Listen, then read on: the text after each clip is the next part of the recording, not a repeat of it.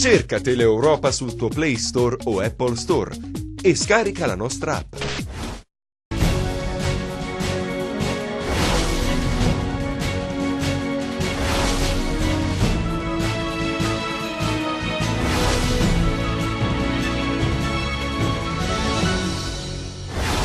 Tour di Salvini in Calabria, a Palmi e a San Ferdinando, il ministro ha parlato di lotta alla mafia e migranti. È stato rintracciato in una casa di campagna il presunto boss Domenico Bonavota, irreperibile da 7 mesi, il blitz dei carabinieri di Sant'Onofrio. I dipendenti del Marrelli Hospital occupano la stanza del commissario alla sanità, la protesta contro la riduzione del budget assegnato. La Corte di Cassazione conferma la sentenza della Corte d'Appello di Catanzaro. Gianluca Gallo resta in Consiglio regionale, rigettato il ricorso presentato da Giuseppe Graziano. I no metro scendono in piazza per ribadire il loro no alla metro leggera che collegherà Cosenza e Rende, pronti ad occupare i cantieri. La raccolta differenziata non va in vacanza, 4ª edizione di Ricicla Estate, la campagna di Legambiente e Conai in provincia di Cosenza, i comuni più ricicloni. L'assemblea dei presidenti della Lega di Serie B, che si è svolta oggi a Milano, ha espresso parere favorevole alla cerimonia di presentazione dei calendari che si terrà a Cosenza il 31 luglio. Ben ritrovati per questa nuova edizione del nostro TG. Apriamo con la giornata calabrese di Matteo Salvini. Il ministro dell'Interno è stato a Palmi. Per quanto riguarda la criminalità organizzata, ha detto è una priorità contrastarla. Poi a San Ferdinando, dove ha visitato la tendopoli. Vediamo. Siamo qui ancora una volta perché le istituzioni fino ad oggi ci hanno abbandonato. È vero, il ministro Salvini non è il ministro del lavoro, però siamo sicuri e convinti che lui ci darà ascolto. A parlare un cassa integrato del porto di Gioia Tauro, ascoltare parole come queste rivolte ad un ministro della Lega sarebbe stato impossibile solo qualche anno fa, ma Matteo Salvini ha saputo rassicurare i disoccupati che lo acclamavano, non declinando neanche l'invito a fare insieme delle foto. A Palmi la prima tappa della sua lunga giornata calabrese per consegnare alla polizia un immobile confiscato all''ndrangheta che sarà la sede del nuovo commissariato. È cominciata una guerra senza quartiere, non solo in Calabria ma in tutta Italia, perché l''ndrangheta è una merda, è un cancro che purtroppo si è allargato a tutta Italia. Io sono testone e quindi ci tornerò fino a che non avremo portato via anche le mutande a questa gente. Salvini ha ribadito il suo impegno anche per risolvere la problematica dell'immigrazione. Risultati subito, ha detto il ministro dell'Interno, che chiederà all'Europa soldi, uomini e tempi certi. Chi scappa dalla guerra e ha diritto di stare in Italia è il benvenuto. Chi non scappa dalla guerra ed è semplicemente un nuovo schiavo a disposizione della malavita organizzata non sta né a San Ferdinando né in Italia. Matteo Salvini si è poi spostato a San Ferdinando, dove ha visitato 2 delle 3 tendopoli, intrattenendosi anche con alcuni migranti. Il mio obiettivo è arrivare alla fine del mandato senza vergogne di questo tipo. Questa è la dimostrazione del fatto che i buonisti che parlano dell'aprite i porti, avanti tutti, in Italia c'è posto per tutti, dovrebbero venire a San Ferdinando a vedere le condizioni incivili in cui vivono le persone dentro il campo e fuori dal campo, dove c'è illegalità, prostituzione, spaccio, lavoro nero. Quindi io voglio un'immigrazione limitata, controllata e qualificata. Non voglio fare promesse alla Renzi. Se lei preferisce le promesse alla Renzi, le lascio le promesse alla Renzi. E sarà massimo anche l'impegno perché nessuno sia più sfruttato. Chiedo alle forze dell'ordine, che già fanno di tutto e di più, e alla magistratura, all'ispettorato del lavoro, di aumentare i controlli su chi sfrutta, perché se ci sono degli sfruttati ci sono degli sfruttatori. Sono già stati fatti milioni di euro di multa agli sfruttatori.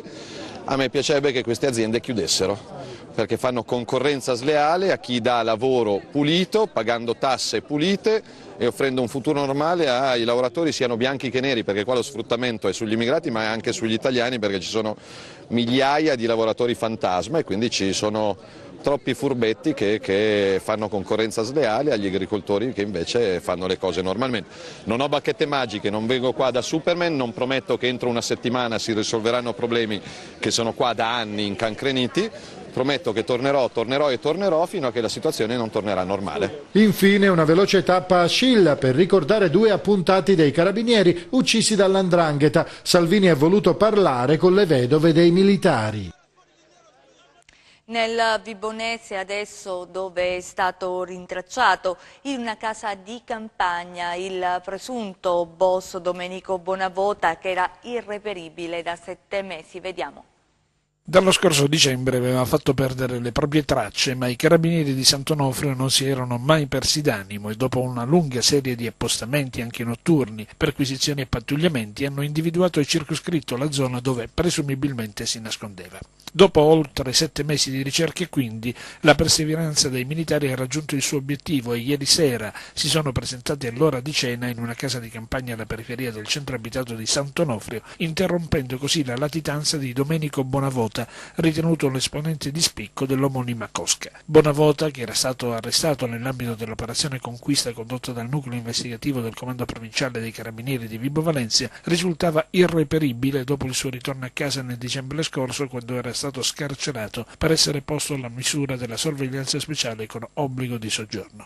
Il 39enne, figlio del fondatore di quella che è ritenuto un clan, ovvero Vincenzo Bonavota, deceduto a metà anni 90, è considerato braccio armato della cosca e deve scontare un residuo periodo della misura della sorveglianza speciale, interrotta a suo tempo a seguito del suo arresto nell'ambito dell'operazione Conquista. Condotto prima in caserma per i relativi adempimenti, Domenico Bonavota è stato accompagnato nella sua abitazione di residenza, dove dovrà rimanere fino al termine della misura interdittiva.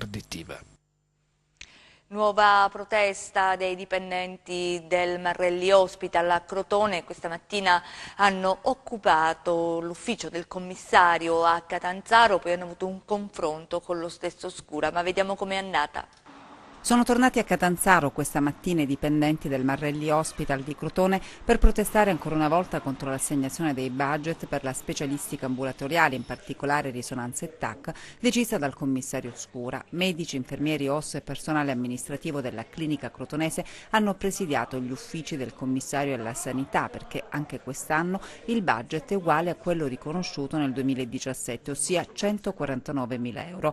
Un budget che però lo scorso anno doveva coprire 45 giorni di attività ambulatoriale, mentre per il 2018 le medesime risorse dovrebbero coprirne 365. E la struttura sanitaria, spiegano i dipendenti del Marrelli Hospital, nei primi 6 mesi del 2018 ha prodotto 6.000 prestazioni, di cui solo 1.000 coperte dal budget. E il resto? Sottolineano ancora i dipendenti, la clinica al momento ha donato circa 5.000 tra TAC e risonanze ad altrettanti pazienti calabresi, contribuendo concretamente ad abbattere le lunghe liste d'attesa dell'ASP pitagorica, prestazioni che però non sono coperte dal budget. Il commissario Scura solo 8 giorni fa aveva visitato la struttura sanitaria, impegnandosi a rivedere la sua posizione nel merito, ma ad oggi nulla è cambiato. Da qui la decisione dei dipendenti di tornare a Catanzaro, di attuare la nuova protesta e di chiedere spiegazioni a Massimo Scura.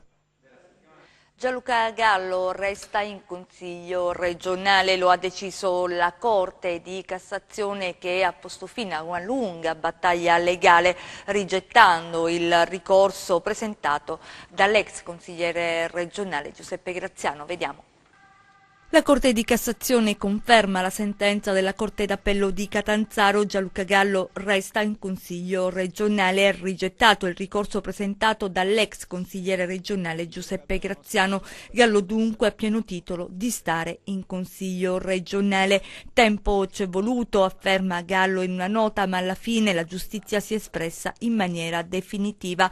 Contrariamente a quanto lasciato intendere dai miei avversari in questi anni, è stata ristabilita la verità su un punto essenziale. Non si trattava di un cavillo formale, ma di una questione sostanziale, quella ora cristallizzata, fa notare il capogruppo della Casa della Libertà, proprio dalle motivazioni del provvedimento della Suprema Corte, nel ricordare che gli appartenenti alle forze di polizia hanno il dovere di rispettare i tempi di presentazione della richiesta di messa in aspettativa per evitare che possano avvalersi delle loro funzioni per conseguire vantaggio elettorale. Si chiude Finalmente una vicenda strana, conclude il consigliere regionale, come dimostra il fatto che un'ordinanza depositata soltanto oggi in cancelleria fosse nota da altri già dal 22 giugno, tanto da darne pubblicamente notizia su Facebook. A Cosenza adesso per la protesta dei no metro, per appunto contrastare la realizzazione della metrotranvia che collegherà Cosenza e Rende. Vediamo. A pochi giorni dall'apertura del primo cantiere per la realizzazione della metro leggera che collegherà Cosenza e Rende, il comitato che da tempo dice no all'infrastruttura scende in piazza per ribadire le proprie ragioni. Cittadini e attivisti hanno manifestato in piazza 11 settembre, sono pronti, hanno detto, ad occupare gli spazi di Viale Parco destinati alla cantierizzazione e intanto continueranno la raccolta di firme affinché siano i cittadini, con un referendum popolare, a decidere sull'opera. Esistono già adesso due strutture, una ferroviaria e una viaria, che sono in grado di collegare Cosenza con l'università in 15-20 minuti. Parlo della ferrovia delle Calabre Lucane e delle ferrovie dello Stato che arriva a Settimo, e parlo dei due viali, il viale Mancini e il viale Principe, che non sono collegate per un ponticello di 300 metri. Se noi abbiamo le strutture già esistenti in grado di soddisfare la domanda, che non è quelle che loro dicono, per quale motivo dobbiamo spendere 160 milioni di euro per realizzare un'opera inutile? Con l'inizio dei lavori, questo è uno dei timori di chi dice no alla metro, si creeranno enormi disagi, non solo a Cosenza ma anche a Rende. Passerà sulle due direttrici principali, ossia sulle due ex SS. Per uscire dai condomini ci saranno i semafori, saranno aggiunti altri 40 semafori sull'assetto stradale, quindi diciamo che Rende sarà paralizzata, si ritroverà paralizzata. Noi abbiamo chiesto infatti al sindaco, facciamo una sperimentazione, blocchiamo già una corsia su Via Kennedy, partendo da Via Kennedy a scendere all'università, così ci rendiamo conto di quello che accadrà fra qualche anno, quando partiranno i cantieri, perché prima partiranno i cantieri e vogliamo vedere quanto tempo saranno aperti questi cantieri, poi dovrebbe partire la metro alla sua velocità, ossia 18 km/h, quindi sarà molto lenta come partenza. Una turista di 79 anni ha avuto un malore in acqua a Pizzo e purtroppo non ce l'ha fatta ad allertare i soccorsi e gli altri bagnanti, ma per la donna non c'è stato nulla da fare. Le altre notizie di cronaca nelle nostre brevi. Beni per 33 milioni di euro appartenenti a esponenti della Cosca Labate operativa nei quartieri Gebbione e Sbarre di Reggio Calabria sono stati confiscati dai finanzieri del Comando Provinciale Reggino e del Nucleo Speciale Polizia Valutaria con il coordinamento della DDA in esecuzione di un provvedimento dell'Ufficio Misure di Prevenzione del Tribunale. Tra i beni confiscati figurano il patrimonio e quote sociali di 5 complessi aziendali, 62 tra fabbricati e terreni, 3 auto, rapporti finanziari assicurativi e disponibilità finanziarie. Con la confisca di oggi il valore dei beni sottratti all''ndrangheta dalla Guardia di Finanza negli ultimi 18 mesi sale ad oltre 630 milioni. Michele Labate è ritenuto esponente di vertice della Cosca insieme al fratello Pietro, già condannato per associazione mafiosa. Le auto di 2 agenti della Polizia Penitenziaria in servizio in carcere nel Reggino sono state incendiate la notte scorsa, lo rende noto il sindacato COSP, definendo il gesto vile e vigliacco. Le auto erano parcheggiate sotto le abitazioni dei 2 agenti e sono andate completamente distrutte. I vetri di alcune finestre di abitazioni vicine sono andati infranti. Il segretario del COSP in una nota ha chiesto l'intervento del capo del governo e dei ministri della giustizia e dell'interno. La polizia di Rossano ha tratto in arresto in flagranza di reato un uomo di 31 anni per maltrattamenti in famiglia. Il 31enne è stato sorpreso mentre minacciava di morte la moglie dopo averla scaraventata a terra e trascinata sul pavimento per i capelli. L'intervento della volante ha evitato ulteriori gravi conseguenze. La donna già in precedenza aveva sporto denuncia contro il marito per maltrattamenti pregressi. La procura di Castrovillari ha disposto l'immediato arresto e la traduzione presso la casa circondariale di Castrovillari. Contrasto al gioco d'azzardo, protocollo d'intesa a Cassano allo Ionio tra la Chiesa, i sindaci del comprensorio e l'azienda sanitaria provinciale di Cosenza. Vediamo. Un protocollo di intesa per la prevenzione della diffusione del gioco d'azzardo è stato siglato dal vescovo di Cassano allo Ionio, Monsignor Francesco Savino, dai 22 sindaci del territorio diocesano e dall'azienda sanitaria di Cosenza.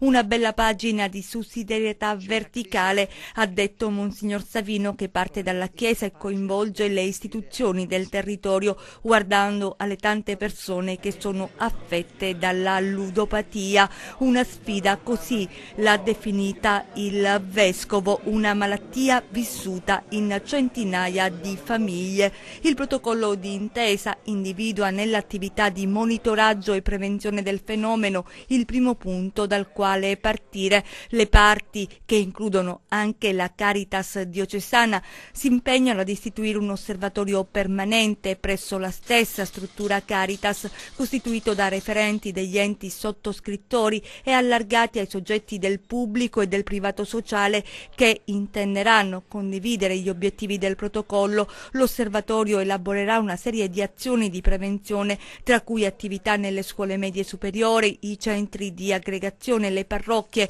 le associazioni e i movimenti, corsi di formazione sul gioco d'azzardo e sulle problematiche ad esso connesse, con il coinvolgimento delle associazioni di categoria e gli esercenti dei pubblici esercizi. Promuoverà inoltre un marchio di responsabilità sociale che identifichi gli esercenti che aderiscono alle azioni di prevenzione e contrasto del gioco d'azzardo.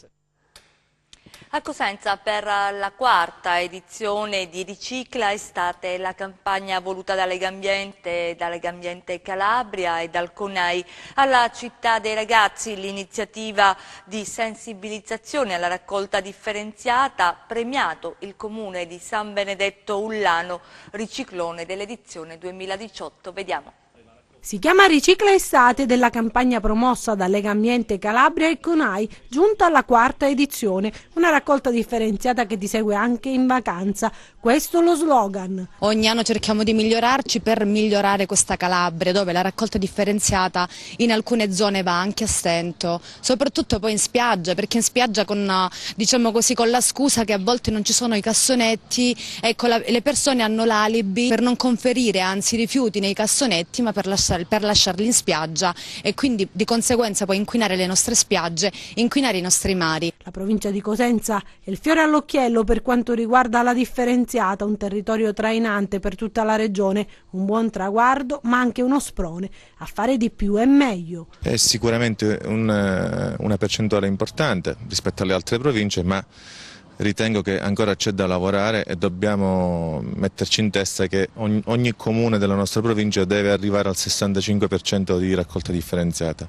È un impegno ed è un traguardo che dobbiamo assolutamente raggiungere, perché è l'unica strada per migliorare la situazione nel ciclo integrato dei rifiuti. In Calabria si è cresciuti tanto per quanto riguarda la differenziata, una regione vasta che ha ancora alcune criticità da risolvere, ma quello fatto finora è un lavoro impegnativo e concreto. Siamo passati dal 12% ad oltre il 40%, ci eravamo dati come obiettivo al 31 dicembre 2018 il 45%, siamo certi di poterlo superare abbondantemente, quindi vi invitiamo a rincontrarci per quella data per vedere quali saranno le nostre percentuali di raccolta differenziata. Abbiamo fatto tanto ancora abbiamo da fare, abbiamo in campo molte azioni da poter mettere a disposizione dei cittadini calabresi, proprio perché si possa andare oltre queste percentuali e si possa raggiungere finalmente il 65% che ci chiede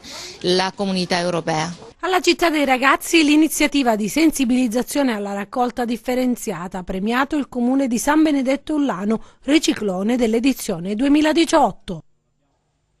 La grafite riciclata di Monterosso, simbolo della moda sostenibile, riscoperte le tecniche utilizzate in passato per estrarre il materiale dall'antica miniera e l'utilizzo della grafite nella tintura dei tessuti. Vediamo.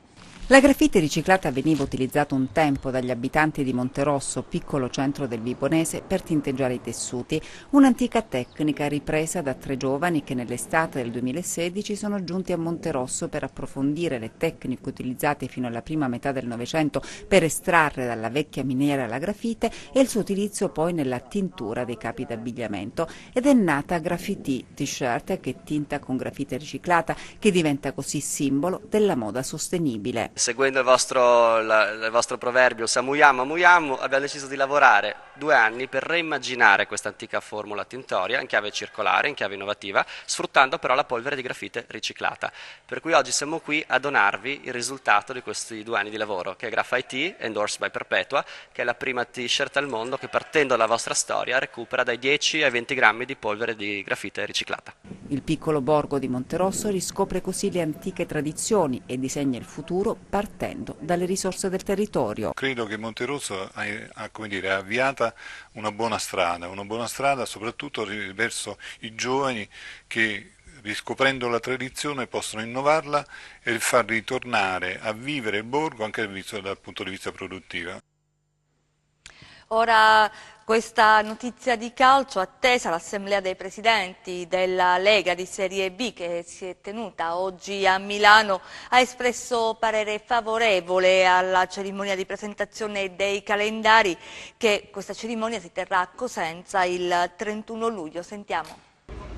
Conclusa la riunione di Lega di Serie B, quest'oggi, che ha decretato l'ufficialità della presentazione dei calendari di Serie B al Teatro Rendano di Cosenza il prossimo 31 di luglio.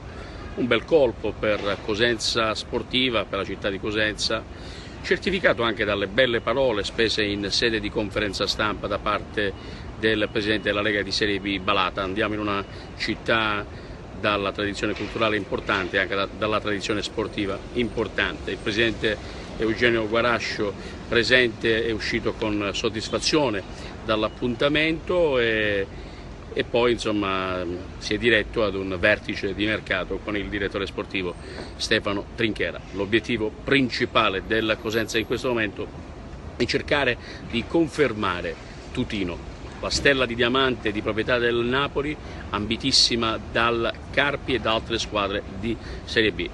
Ci sono ovviamente tante trattative in gioco in queste ore, vi parliamo qui nel tardo pomeriggio milanese alle spalle dell'Hotel Gallia, la storica sede dove è nato il calciomercato italiano.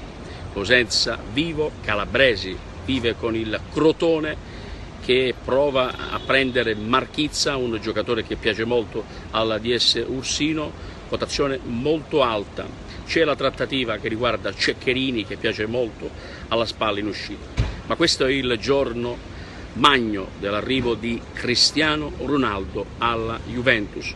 CR7, blitz cinematografico del presidente Agnelli, che si è recato in Grecia e ha griffato con questo blitz davvero straordinario l'acquisto del secolo. CR7 arriva in Italia, 105 milioni ad illuminare un campionato di Serie A che ambisce a tornare protagonista come non mai.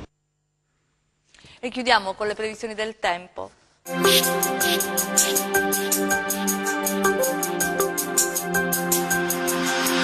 Ben ritrovati da Meteo in Calabria. L'anticiclone consolidatosi tra penisola iberica e Mediterraneo occidentale spinge verso levante. Sul nostro territorio avremo ancora della residua variabilità in attesa di una fase più stabile con temperature in graduale aumento. Passiamo alle previsioni in dettaglio. Domani cielo sereno o poco nuvoloso ovunque, salvo qualche innocuo annuvolamento pomeridiano sui principali rilievi della regione. Temperatura in lieve aumento. Passiamo al comportamento di mari e venti. Domani venti deboli da maestrale sul Tirreno con mare tra quasi calmo e poco mosso, tra deboli e moderati da sud sullo Ionio centro-meridionale con mare tra quasi calmo e poco mosso, calmo o quasi calmo il Golfo di Corigliano per venti deboli sud-orientali. Prima di salutarci vi ricordo il nostro sito web www.meteoincalabria.it e la nostra pagina Facebook Meteo in Calabria. Per oggi è tutto, grazie per la cortese attenzione, appuntamento a domani. Ed è davvero tutto, grazie per essere stati con noi, grazie in regia a Michele Cava e messo in onda Giuseppe Costanzo. Noi vi auguriamo un buon proseguimento.